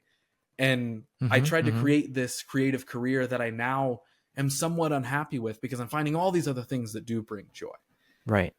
What is it that is there something I'm missing in communication with these clients? Is it something that, is it just, hey, we're working with the wrong client type. We're not doing the right type of work. Like what would we dive into when I ask you that question of where's that disconnection coming from? I mean, wow, there's multiple things you're bringing up that are each in itself a big conversation, right? Yeah. But I'll try to tackle it in a simple way. So there's a couple of things, right? So the first thing is going back to what we talked about earlier. One of the illusions is the thing on the outside is causing the feeling on the inside. We have to understand that's not the case. It's not the client causing the burnout. It's not the work that's causing the burnout. Okay. One of the things to understand is the meaning you're giving your experiences that's causing the burnout. And a lot of our brains on autopilot on how we think and what reality we think is real, right? Mm-hmm. So here's what I mean by this. If I were to tell you, hey, Ross, every morning I wake up, I go to my front yard, I bring a cup and I scoop up some dirt from my lawn and I eat it. Pay attention to what your brain's doing. It's probably trying to attach meaning to it. You see what I'm saying? It's like, why is he doing that? Is he a freak? Oh, he does have a doctorate. Maybe there's a health benefit to it. You're trying to immediately attach meaning. Right. So one of the reasons our brain does that is when we're afraid, when we're confused, it tries to assume. Because if your life's in danger, it's a survival function. If your life's in danger, there's no time to really dig deep and look at data. It's like, no, I just need to fill in the gaps right now because I'm about to die. I need to make some assumptions. I'm about to die. Like run, quick fight. But then we're doing it in everyday life. We're making assumptions about things all the time. So what's the thing to understand about this? One of the things to look at, this might sound weird, but the deeper the rabbit hole you go down, you'll see why it's true, right? If you don't already. There's no such thing as problems. So what do I mean by this? Life is full of experiences, meaning things are happening all the time.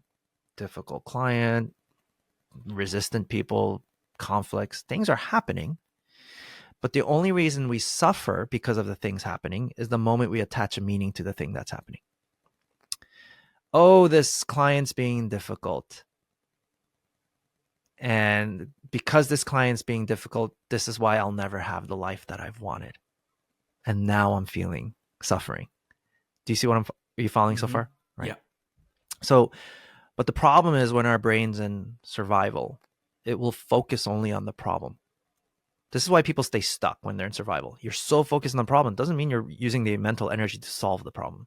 You're just constantly dwelling on the problem. This thing happened, and the meaning I'm attaching to this thing happened is this meaning about me. I'm a loser. I suck. I can't get what I want. And now we're wallowing in our own suffering, right? So I know it's a big rabbit hole, but that's the thing to explore. And the thing to explore, though, is it's all about getting to the truth. I always thought helping people as a coach was about cheerleading them. Oh, you can do it. You can do it. But that's not the thing that helps create breakthrough. What helps create breakthrough is helping a person have clarity around what's actually true. Right? So I'll give you an example right now. like for time purposes, I'm not going to coach you through it or ask you questions, because that's probably what we would have to do it's because it's a case by case basis. Everyone's brain thinks differently, right? Yep. But one of the things that I would do as a thought exercise is like, is it real? Whatever thought that comes up for you about the experience, is it really true? Because one of the things that causes a lot of suffering is this feeling that things are never going to change, or that person won't change. This situation will never change. So one of the practices we can all do on a daily basis is pay attention to what's actually true. Because is that really true? It's not.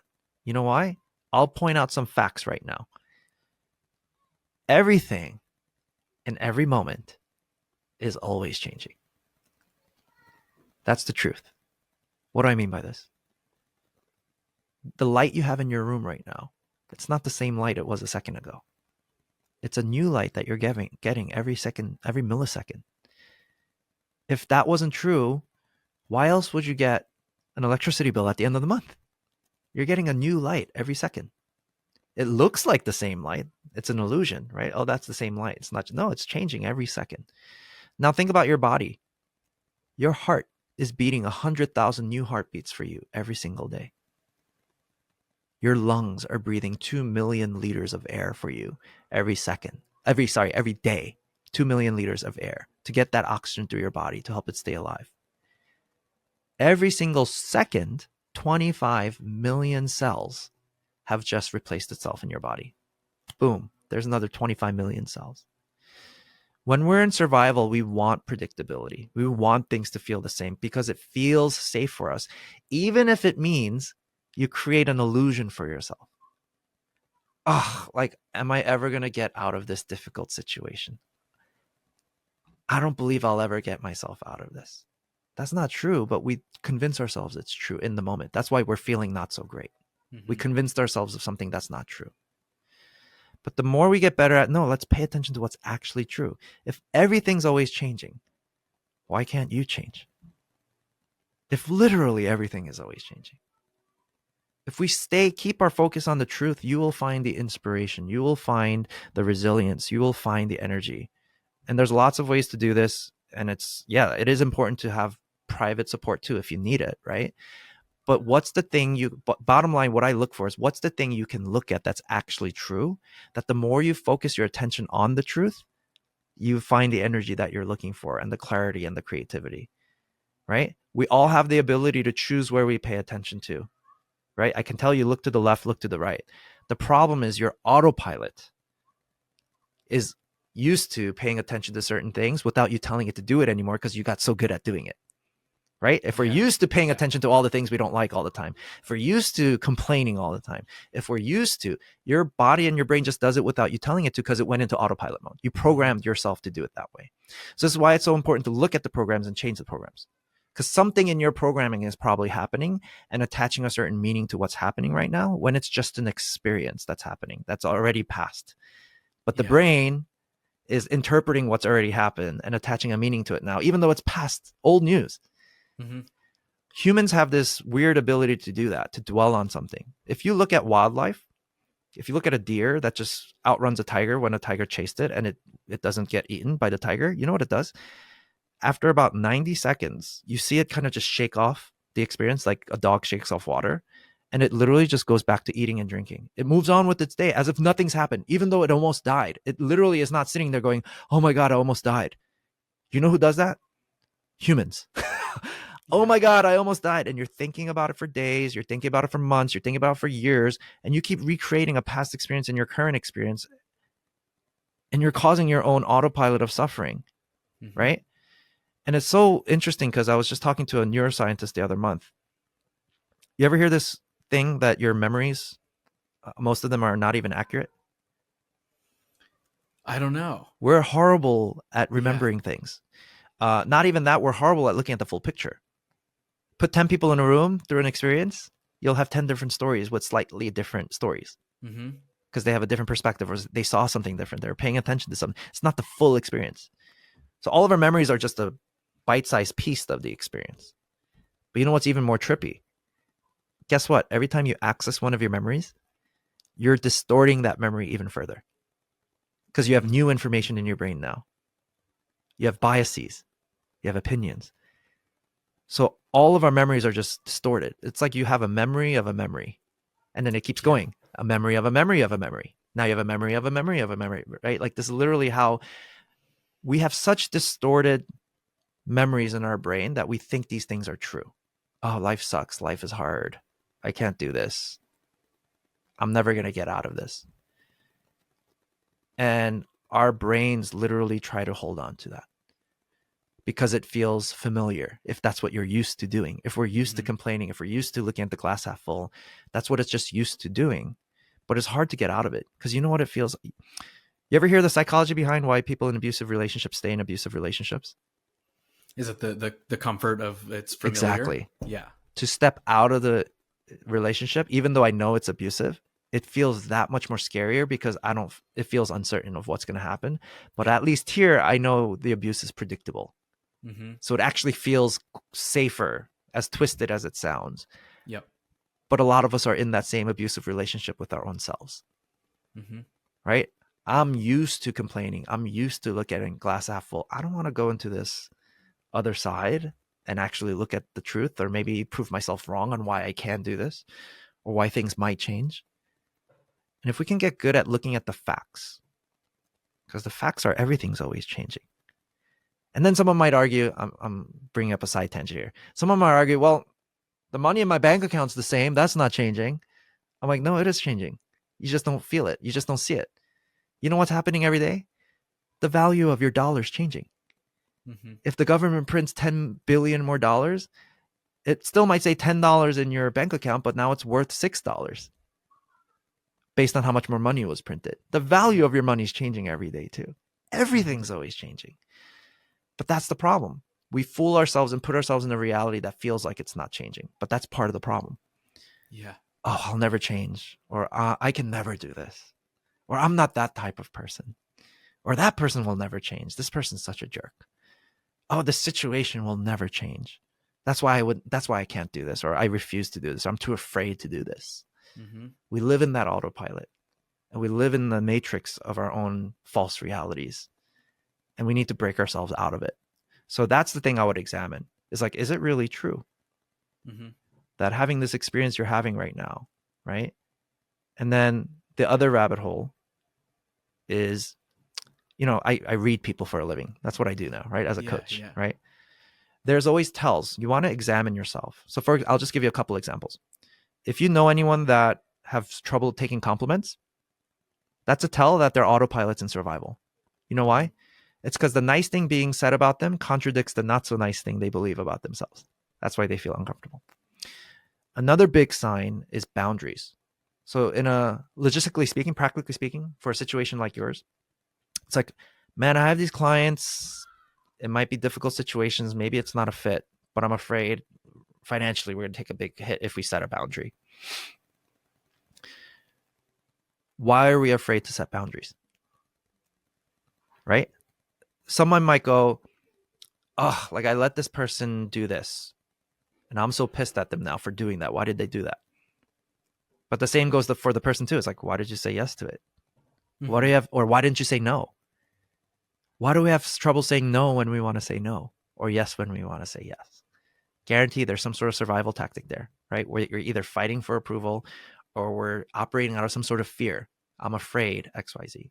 Yep. But the better we get at setting boundaries and having a better relationship with ourselves, we get better at that, right? I mean, I see it happening in business owners all the time where they're stretched too thin and they're undercharging and they're afraid to charge more. It's not a business issue. It's a mindset issue. Yeah. If you really believe that's how much you should be paid, why is it so hard for you to say it to the client? And you know what the irony is? When I coach people through it and they actually do it, they come back, I would say 99% of the time, they come back going, the client didn't complain about it. I'm like, oh, really? How does that make you feel? And then they go sit there and go, crap. Doesn't that mean I could have charged even more? I'm like, yeah, probably. But up till that point, they didn't believe they could charge that much. Right? I mean, there's so many rabbit holes around all of it. But that's kind of what I would examine. It's definitely an internal reflection thing of like, what's the meaning you're giving the experience? And is that true? Right? And then what if the thing that what and then what are you afraid of? Is there a boundary here that probably would be very healthy to set? Yeah. But we're just afraid of setting the boundary. Well, why are we afraid of setting the boundary? Usually has to do with something about yourself. Yeah. Whatever the case may be for you. We don't have to dive into it and Right, analyze it. But whether it's I don't feel worthy, I don't feel good enough to charge that much, or I'm afraid they're going to get mad, the client's going to get mad at me. Well, why are you afraid the client's going to get mad at you when they can't actually get mad at you? They only get mad based on their own experiences, right? Yeah. Doesn't that mean you have a people-pleasing mechanism in your own survival stuff, right? It's different for everyone. But my point is, it's an internal thing to reflect on. And then once you get clarity around that, that's what helps you take the action that you need to take. That's the most best choice in that moment. I love it. I know that was long-winded, but that was great. Last couple things. Based off of so much of what we just talked about, if you were given the opportunity to prescribe everybody in the world one thing to do for 30 days straight, what would it be? Practice identifying the fight, flight, freeze responses. Go as deep down the rabbit hole you can go, because you will have some major aha moments about other people and, more importantly, about yourself. Because what are you surviving from? And what are you surviving from on autopilot? Mm-hmm. Always has to do with you. Oh, I'm a loser. I'm a failure. I'm not good enough. I suck. We all carry this part of ourselves, and we need to do it without judgment. We need to be that person for ourselves and have that compassion. When you identify that, you should be able to give yourself what you need more often. Because if we can't see it, that's the problem. But then all of these feelings we feel, it's you. There's a part of you going, I need help right now. I'm hurting. But if you don't know that you're in fight, flight, freeze, you know what you keep doing to yourself? You go into fight, flight, freeze. Hey, I don't got time for you. I'm busy. I got work to do. That's the fight mode. Or I don't want to be around you, like to yourself, right? I'm going to go have this drink instead. We do this crap to ourselves. Mm-hmm. We don't even realize it. How do we freeze? Like, nope, don't ask me for help right now. I'm not going to help myself. And it perpetuates the suffering. It perpetuates the feeling stuck. And just, you're in that spinning your wheels. So identifying the fight, flight, freeze response for 30 days, even if you do that, I guarantee you it'll be game changing. And especially the nuanced ones, not just the easier ones. Like, get really deep. Dr. Eugene, this has been such a fun conversation. And again, I feel like when I was coming into this, I was like, I don't even know where to begin. I barely don't even know what to ask, because I feel like the things that I want to know, I don't even know the questions to. But I do have one final question, and then we will call this a podcast. Yeah. And we'll wrap things up. So we're staying on the imagination train here for a second. We just prescribed everybody one thing, right? But now let's pretend that right now, everybody in the world, we're throwing logic out the window. Everyone in the world can hear you speak in this moment. You got a live mic attached to everybody, and you get to share one thing with all of them. What is it that you would want everybody to hear in this moment?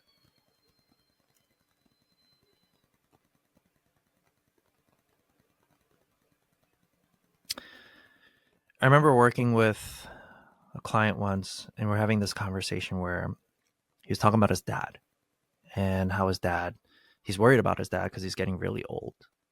And to give context, his dad cheated on mom, got kicked out of the house when he was a young kid. And he immediately became that little kid that was playing baseball at the baseball games, and he was looking back at the bleachers. I hope dad's there, but he was never there. And we're exploring together, well, what's the fear that you have? He's like, well, dad dying.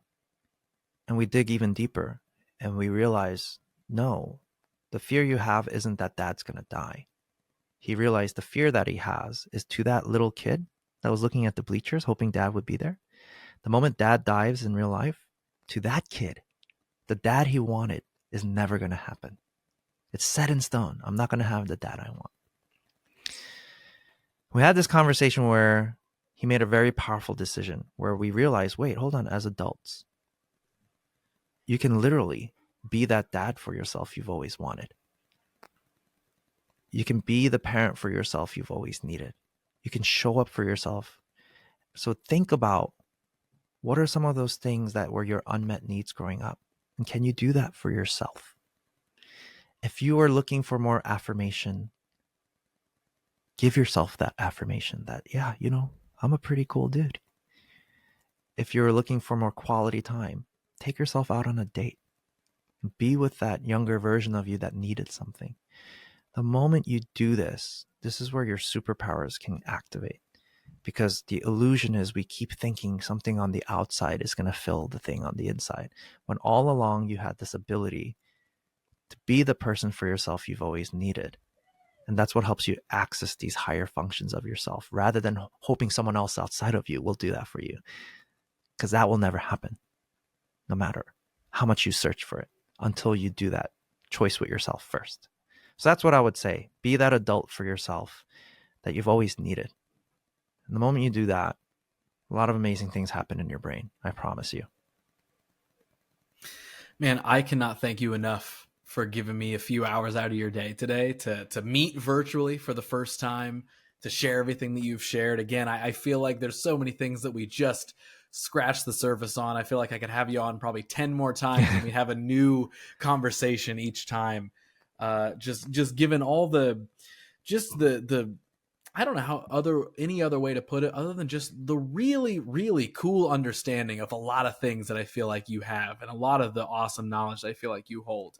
So yeah, I cannot thank you enough for sharing a lot of that here on the show today. And in general, before we officially say goodbye and wrap things up, where can people find you? Do you want them to find you around the internet? Yeah. Where can they find things that you've done, things you've written, shared? If they want to get to know you even more and the stuff you've done, like where can they find that at? Yeah, I'm on social, Instagram or LinkedIn. It's Eugene K. Choi is the handle. You can find me there. I have a community, an online community where I have courses that I teach all the science and go deeper in that. That's Neurohacking School. So that's neurohackingschool.com. I also do have a podcast that I publish things here and there. That's neurohackingpodcast.com. Yeah, or feel free to reach out with any questions.